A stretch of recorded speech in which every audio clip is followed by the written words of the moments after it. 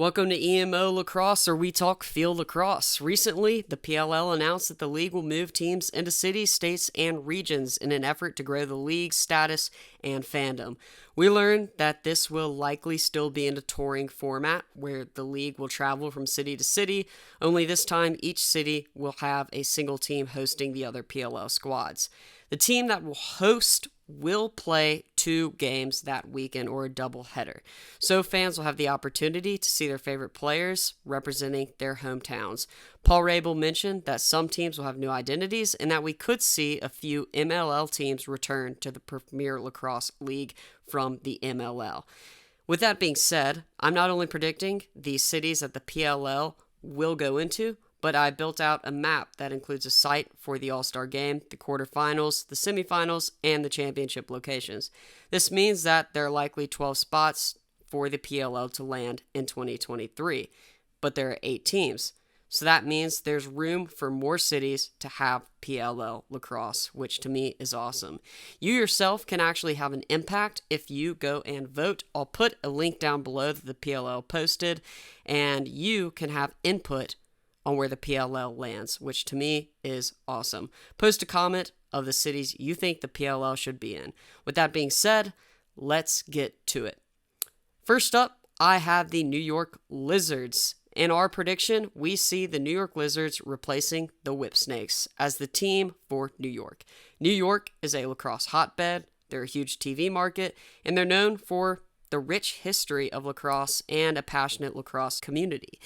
With multiple stadiums and locations to choose from, the New York Lizards will have the opportunity to showcase their talent and compete in front of their dedicated fan base. I also believe this is where the PLL will start, and they've been starting here in Albany, actually, is where they have their opening weekend, so it all makes sense. Paul Rabel also mentioned recently that Albany would be a great return site for training camp, so we could see this again. I would also like to close the season off in New York. Number 2, the Boston Cannons. This one seems to be the most obvious. In my prediction, I envision the Boston Cannons returning to their roots and reclaiming their place in Boston. This would be a remarkable story for lacrosse fans and a great storyline for television. The Cannons already have a strong following in Boston thanks to their rich history and dedicated fan base. With their return, the Cannons will reignite that passion and they will bring excitement of professional lacrosse back to that city. The Carolina Archers. In my prediction, I anticipate the Carolina Archers as a geographic team that will tap into the emerging lacrosse hotbed in the Carolinas. This region has shown tremendous growth in lacrosse participation and enthusiasm. With multiple potential locations like Durham, Charlotte, Raleigh, the Carolina Archers will have the opportunity to engage with passionate lacrosse communities across not only the state of North Carolina, but South Carolina. It's an exciting time for lacrosse in the Carolinas, and the Archers will only fuel its growth. Let's talk about the Philadelphia WATERDOGS. I actually had the incredible opportunity to witness the WATERDOGS play in Philly for the championship game last season, and it was amazing to see how well the city represented the team. The energy and support were truly incredible. A significant part of that was due to Michael Sowers, a standout player who captured the hearts of lacrosse fans in Pennsylvania. With its strong lacrosse culture and rich history, Philadelphia offers a perfect backdrop for a professional lacrosse team. There are multiple stadiums and locations to host games, allowing the WATERDOGS to engage with fans across different neighborhoods and communities. With the support of the city and the addition of exciting talents, the WATERDOGS can continue to build on their success and create a lasting legacy in the city of brotherly love. The Baltimore BAYHAWKS. I see the BAYHAWKS returning to Baltimore, a city which lacrosse tradition is highly regarded, and the BAYHAWKS played in from 2001 to 2006. With the iconic lacrosse venues such as Johns Hopkins, the BAYHAWKS would have the opportunity to showcase their talent in front of passionate fans. Baltimore's strong lacrosse culture combined with its hotbed makes it a prime location for the BAYHAWKS to thrive and be an exciting place for lacrosse. Now let's shift our focus to the Midwest with the Midwest Chrome.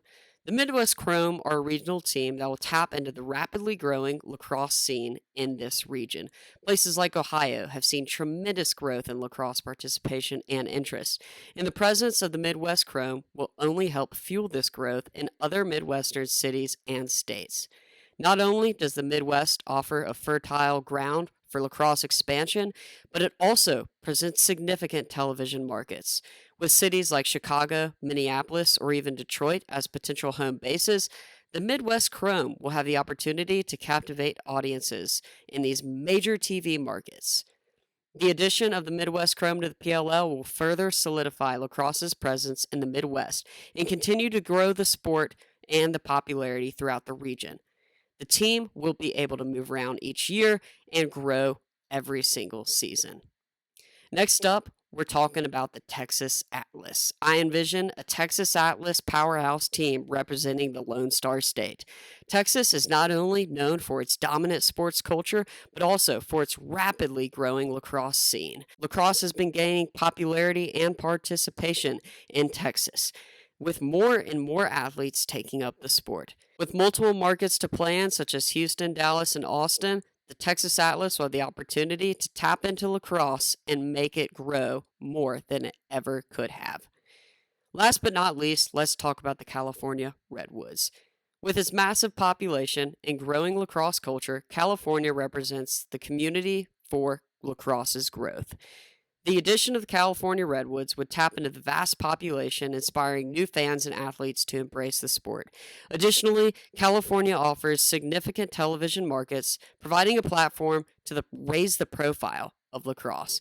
With the PLL headquarters in California, the California Redwoods only makes sense. We have several different venues to fill after the regular season with postseason play, as well as the All-Star Game.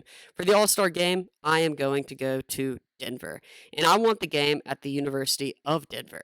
The PLO games at Denver look amazing on TV, and growing the sport in a city like Denver is huge, and especially the state of Colorado.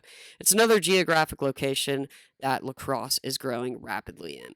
Since the PLL will likely have less teams in the West, I think it would be wise to have an all-star game there. For the quarterfinals, I would like to have a game in Atlanta, Georgia. Why? Honestly, because I'm from the South, and I know I probably won't get a team for a while until expansion comes.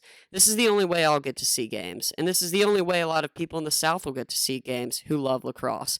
There's also the growth aspect. Lacrosse is growing rapidly in places like Georgia, Tennessee, Alabama, and Florida, if you count Florida as the South, which some people don't.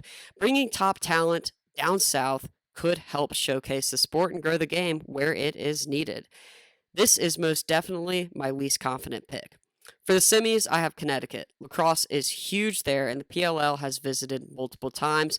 To me, this is a state that would pack out games and would be awesome to see for lacrosse. For the championship, lacrosse would return back to New York, as I mentioned earlier in the video, where it all starts on the PLL tour. Thank you for watching. Make sure to vote on the locations you want to see in the PLL, as well as commenting the cities, states, and regions I missed on my list.